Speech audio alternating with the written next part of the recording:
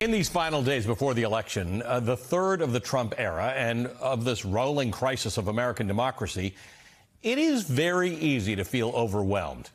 To the extent that we've had a handbook for the Trumpian threat that we've been facing these past 8 years, it's historian Timothy Snyder's slender but crucial book. It's called On Tyranny. It was published in February of 2017. We talk about it a lot on this show and on this network, but there may be some of you who haven't read it yet.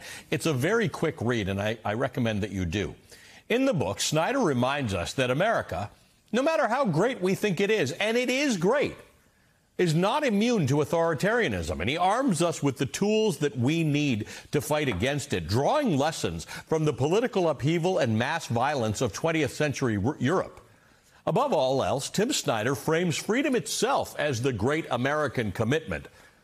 Many of us view freedom merely as the absence of state interference, a passive understanding that removes each of us from the equation. But in reality, freedom involves not just freedom from something, but freedom to. The freedom to thrive, to take risks, to collectively shape our futures. And achieving this requires not only strong democratic institutions, but also a conscious commitment by each of us to actively participate in the democratic process. In many ways, it serves as the counterpoint to Project 2025 and the dystopian order that it seeks to impose under a second Trump term. And it feels like the perfect time today, with 3 days until Election Day, with our votes as the only thing standing between us and tyranny, to check in with Professor Tim Snyder. I'm joined now by none other than Tim Snyder himself, a leading public intellectual, a history professor at Yale University. He's the author of numerous books, including On Freedom and the aforementioned On Tyranny, 20 Lessons from the 20th Century. Professor Snyder, it is good to see you. I have to tell our viewers, you and I ran into each other at a mall in Toronto a couple of weeks ago, and my abiding thought was not, hey, it's great that I ran into Tim Snyder. It's, Tim, go back to America. You're needed. You need to be in America all the time. You are out there, as intellectual and august as you are, you're out there on social media every day giving people small lessons, small takeaways about what they can do to feel more empowered about this election right now. Give me a flavor of what you're trying to tell people who are coming to you saying, Tim, what do I do? I'm feeling overwhelmed. I'm feeling scared. I'm feeling anxious. Yeah, that is the perfect question, because the people who want to bring the system down, the people who want to make America into a different kind of order, authoritarian, they want us to be frightened. They want us to be anxious. That is exactly the thing that they're aiming for, and it's their strongest weapon. And so when you feel that, you should recognize, aha, this is part of the regime change. This is their trick, and I'm not going to fall for it. What I'm going to do is I'm going to make sure that I'm not only thinking the right things, that I'm doing the right things, and that I'm doing them with other people.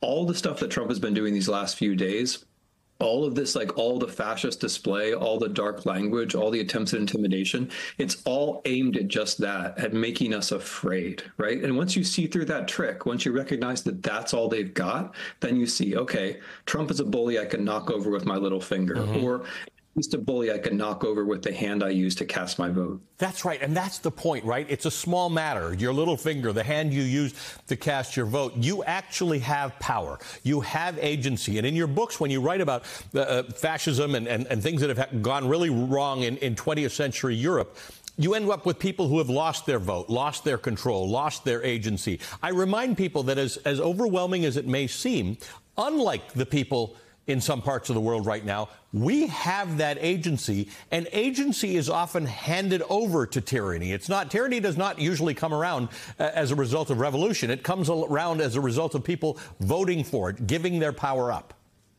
Yeah, that's very wise. It comes from people meeting it halfway, being afraid, or being complicit, right? Obeying in advance, like the owners of the LA Times and the Washington Post did. But you don't have to do that. You don't have to meet it halfway. You can say, wait a minute, I have my own idea of what's normal. I have my own idea of what's right. And most importantly, I have my own idea of open, beautiful futures that we could find our way to if we don't give up now. That's the whole point. Don't give up now. Don't concede. Do the things that you can do. And remember, as you've just said, that we have this incredible power. We have this little miracle of voting. We can not only hold off all the darkness, we can open the way towards the light.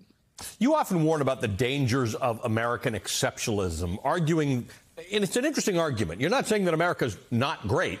You're saying that thinking about American exceptionalism the wrong way undermines our own agency because we do not believe that some of the things that can go wrong, like they did in the 1930s in Germany, can go wrong to us.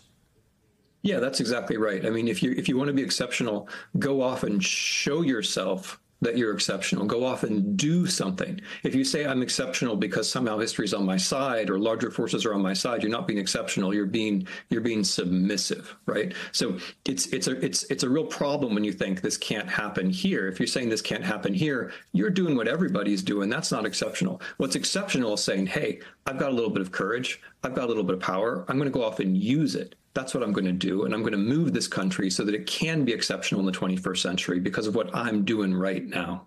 Interesting concept of freedom that you talk about. You talked about it in the New York Times the other day. It's this idea that both sides in this election would like freedom.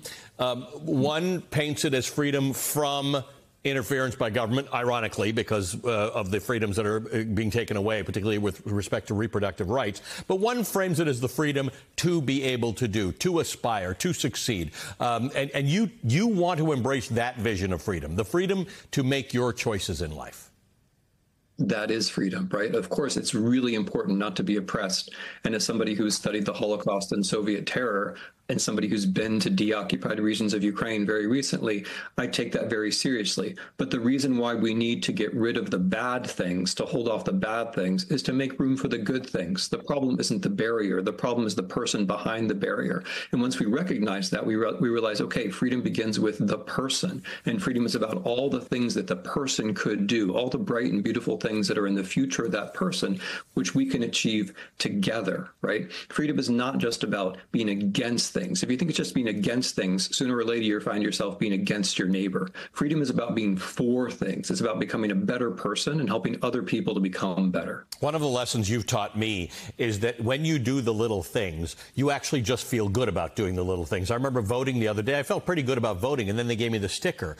And I put the sticker on, and I thought to myself, that made me feel proud. It made me feel like I did something. I felt more potent in that moment than I had prior to having voted. And you bring up this point that whether it's joining your library or attending a school board meeting, but in this case, voting, it will make you feel better just for having done it. Yeah, that's totally right. After I started that last time, I went off to Ohio and Michigan and Illinois and Oklahoma and Texas, and I did the little things that I thought that I could do. And if you do the things that are both consistent with your personality and somehow touch that wider world, you feel better. Right? It's the opposite of what you said at the beginning. It's you don't have to be afraid of the dark future. You can think, well, I'm actually acting and what I do matters. And it's not only the thought of it, it's that as you do it, you feel better. You become part of this process of feeling better and helping other people to feel better. And the reason you feel better is that you're touching the future. You're realizing, okay, what I do matters. It matters to me now. It matters to other people now. But together we're making the future better. And then you don't feel alone. Then you feel like, all right, actually, I feel pretty good. Professor Snyder, you have kept us together. You've held us together over the last few years to try and understand this both in theoretical terms and in very practical terms, and we're always grateful for it. Timothy Snyder is a history professor at Yale. He's the author of On Freedom and On Tyranny. He's the author of those two important books, and we thank him for being here.